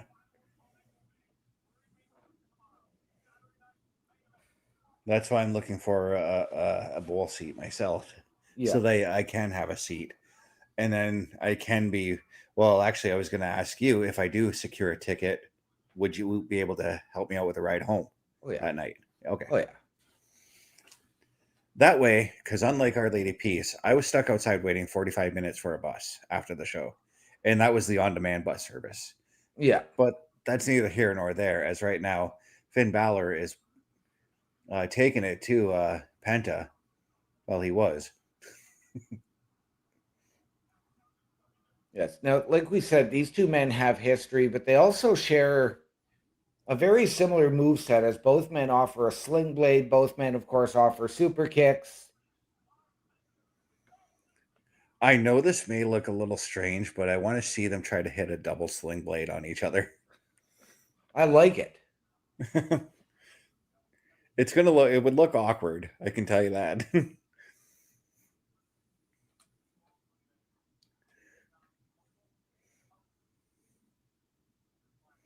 But yeah, Finn's style of wrestling is very much similar in vein to Penta, and actually very similar in vein to a lot of lucha libre style wrestling. Yes. As Penta was looking for the Penta driver, countered by Finn, but... And it looked like Finn was going for a roll the dice beforehand. I believe he calls it the 1864, though.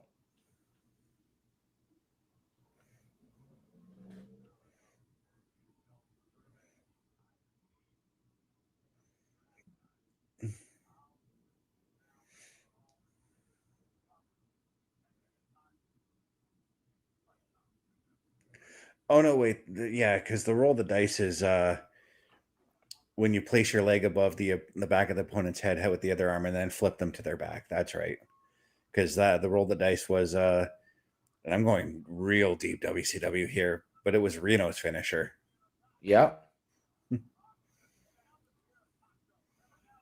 That's a deep WCW grab there. Even when Damian Priest was using it prior to Cody's return, it was the roll the dice. Oh.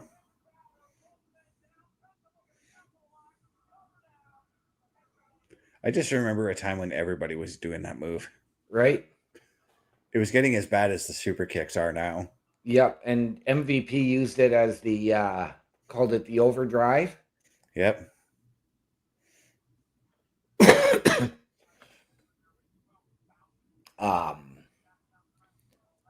Although not quite as in depth, you know, it did evolve for a while to become the Famouser, made famous by Billy Gunn and Dolph Ziggler, as well as the Rocker Dropper. Yeah, started by one Marty Jannetty. What a counter there from Finn into the 2 count.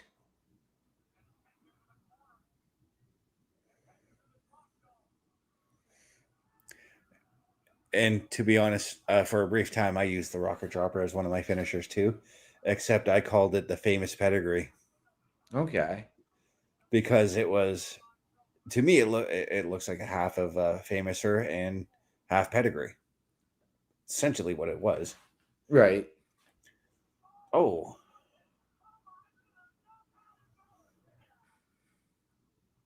Oh, the Penta driver.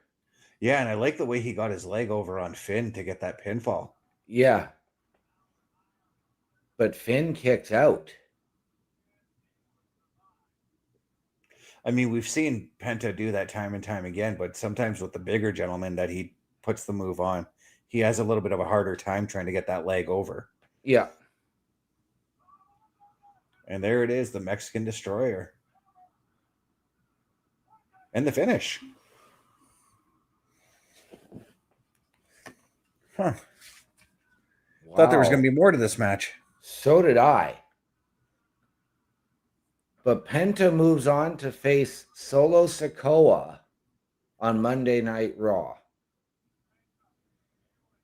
That's an interesting dynamic there. Very much so. And yeah, I thought there was going to be more to this match as well. But we still have the Chelsea Green U.S. Championship celebration. Right. Which leads me to believe that if they're doing something that's basically mid-card, something big might be taking place. Oh, we got a bracket. We finally have a bracket. Nice. Gunther's going to be taking on Carmelo Hayes. Sikoa is taking on Penta. Rusev is taking on Jimmy Uso. LA Knight's getting the mystery opponent. Okay. Again.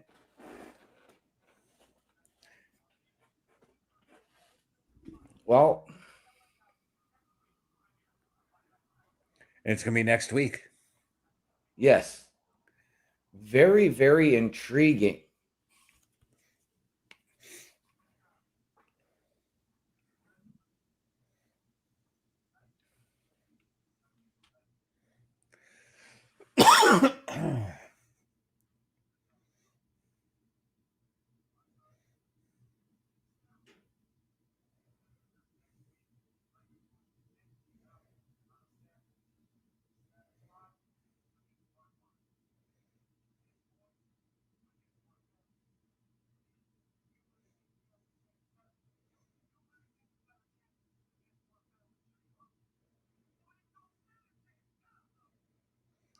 Talatonga's standing there. He's got like this whole diesel thing going on.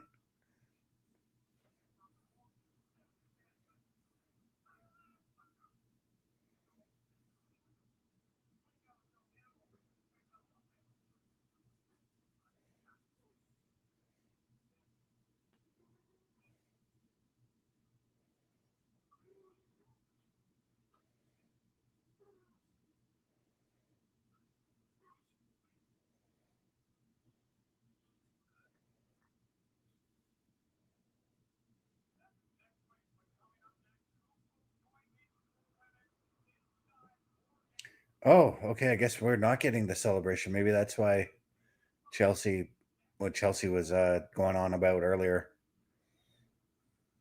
Yeah, she did say maybe we shouldn't do it because of Julia, but yeah, is this where we are going to get the 5th members announced for the women's WarGames team? I think so. Because they just said, here come Charlotte, Alexa, Io, and Rhea. And I think Michael Cole said something about, hey, we're going to find out who's their 5th member. Right. Does this mean that next Friday, or are we going to get the WarGames Advantage match for the women's WarGames next Friday, or do we get that Monday as well? Huh. Well, they've been using... I was going to say they've been using SmackDown to promote the match, but no, they've been using both shows, as have the men. So... We know that Monday we are getting the men's WarGames Advantage match. I just don't know if we're going to get both. I think I would keep them separate and put the women's one on SmackDown, and then you can have that one as your main event while the men's one headlines Raw. Yeah.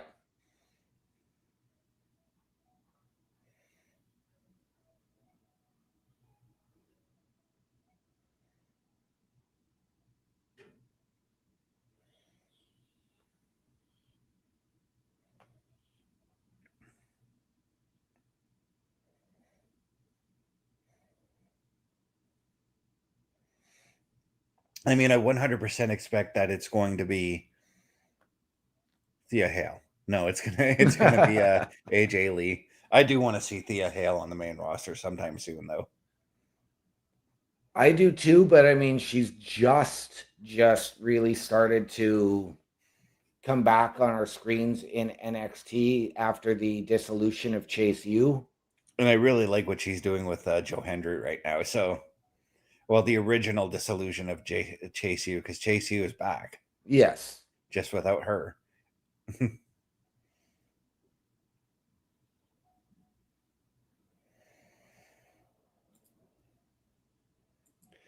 But I think while we're looking at this commercial break here, why don't we show everybody where they can shop one more time? Let's do it. The Turnbuckle Studios store is open for you 24 hours a day, 7 days a week. Get the merch and represent the best from the shows you watch on a weekly basis. Multiple styles to choose from with over 10 products available. Don't get left out and pick up all your favorites today. Find us at carlcarafel.redbubble.com.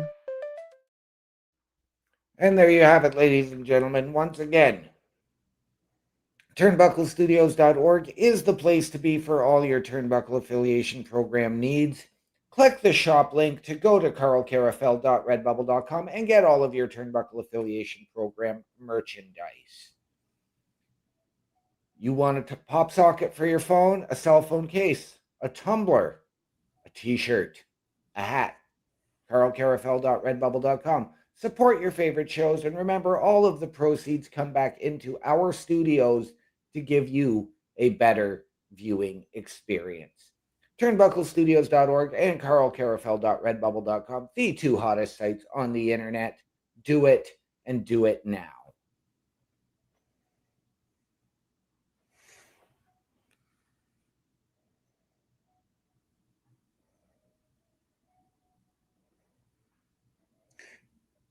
I'm still thinking about Chelsea Green there, and it's I'm thinking with this whole Chelsea Green and Ethan Page being tag team partners, I kind of need to see Ethan Page alongside her on SmackDown as well. Right? I wouldn't call it a call up, but just have him there because of the fact that they are the mixed tag team champions. Right. And we did see it last week when Chelsea, or 2 weeks ago when Chelsea won the U.S. championship. But the following week, when we did see Chelsea, there was neither hide nor hair of him. Right.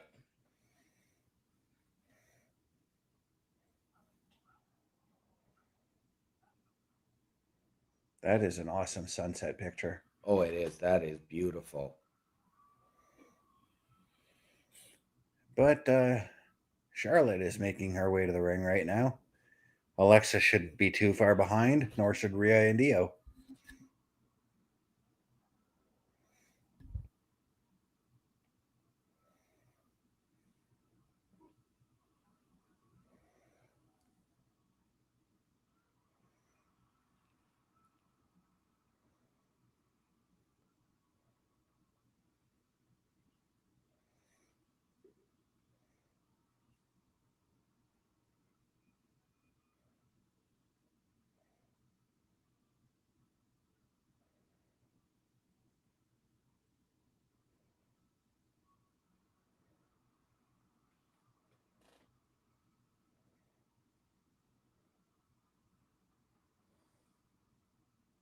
As they are making their way out as a unified front, so to speak. Despite getting all of their entrances in, they are coming out as a unified front instead of all heading to the ring to their music.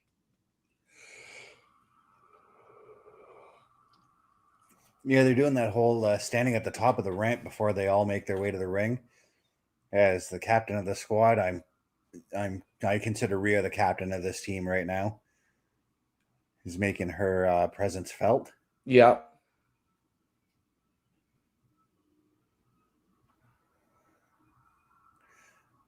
I'm trying to think out of left field here, but imagine if it's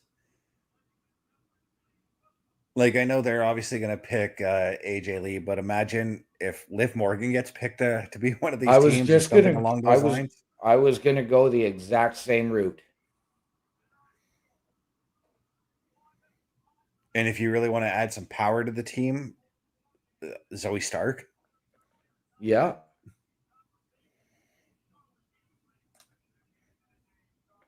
I mean, Zoe Stark wouldn't be as big a surprise, but it would be intriguing. It would.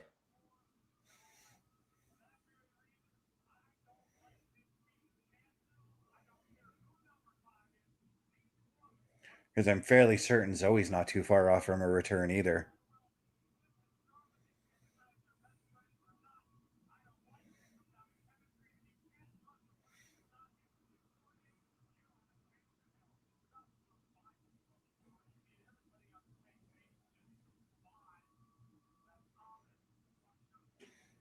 as Charlotte did her best beautiful people imitation there.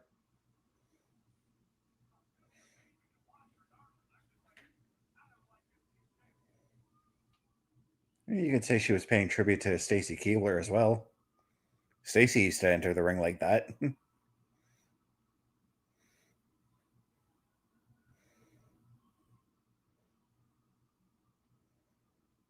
But Rhea's got a hold of the microphone. Let's listen in.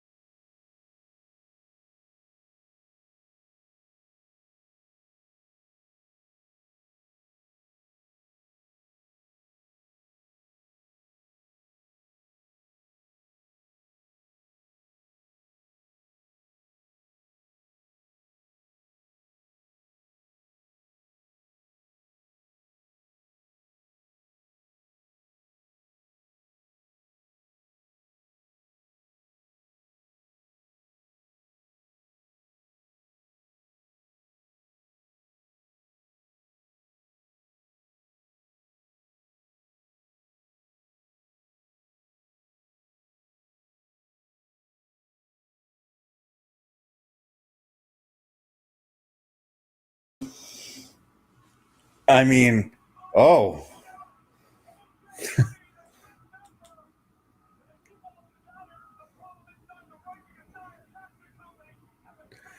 I mean, it was obvious who they were. Oh, WWE, can you let me get a word out, please? Right? I mean, it was obvious that it was going to be AJ Lee, and it's still a very pleasant surprise. I like it. Yep. But I think we just got who our fifth women on the heel side is going to be as well. Yes, we did. And what a kick there from Lash to Charlotte. As the Kabuki Warriors, Nia, Lash, and Becky Lynch are laying out the team of Rhea, Io, until Rhea's starting to mount this comeback.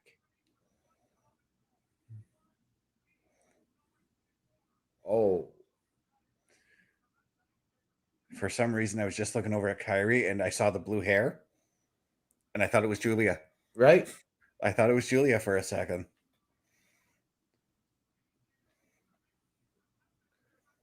But I've got to say, like, you were talking about, like, Mello being a possibility and all that for the WarGames. And, like, I immediately thought of, like, how low on the card Mello kind of is at the moment. And I mentioned, like, how much of a rub it would be if he were to become a part of the men's WarGames. How much of a rub is this for Lash Legend for the women that she's going to be tag teaming with? Right? Oh, this is This is absolutely huge for Lash. Yeah. And it's going to be her first main roster WWE pay-per-view. And it's a main event. Yeah. A main event match. We don't know if it is the main event. Right. But we just faded to black after the attack there from the Kabuki Warriors, Lash Legend, Nia Jax, and Becky Lynch. Becky Lynch came in shaking hands with everybody, obviously confirming that she is joining their team. OMD, what did you think of the show tonight as you give out your socials? This was, again, a fantastic show. Really set the tone now for Survivor Series. We now know we know all week the 5 members of the men's teams. We now know the 5th members of each women's team. We've got a lot of intrigue in the Last Time Is Now tournament. Who's going to replace Sheamus? Where do we go with that? We've got 2 matches scheduled for Monday. We've got 2 matches scheduled for next Friday. I can't pick a high or a low point of the show tonight. But ladies and gentlemen, if you're looking for me on the socials, it's my Linktree, linktr.ee/OMDShow. Mr. Best. Yeah, I thought the show flowed pretty nicely. I liked the amount of questions I had coming into the show being answered, i.e., my weekly question: who's going to challenge ILJA DRAGUNOV? I like that it was JD MCDONAGH stepping up to the challenge. I want to see more of that now.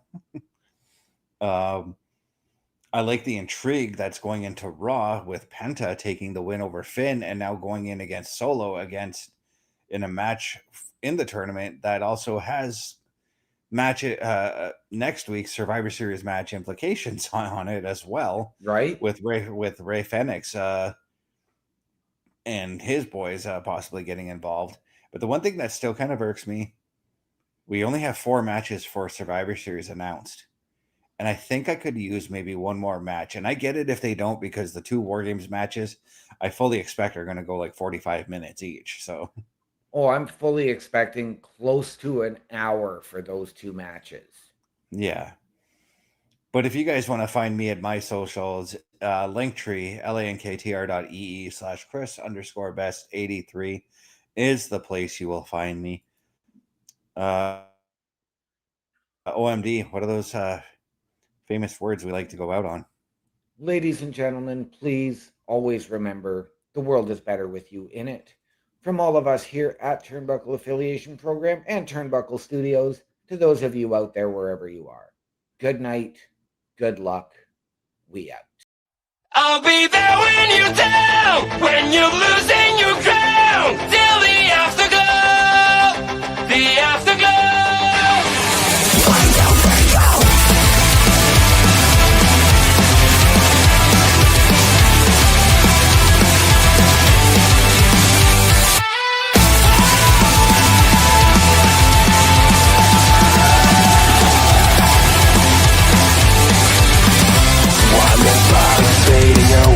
So great when you gotta shine. One more part of you is gone now, as you keep smiling at the crowd. Pressure is your best enemy. Spotlights show what I wanna see. Sometimes it feels like you're under attack. You're just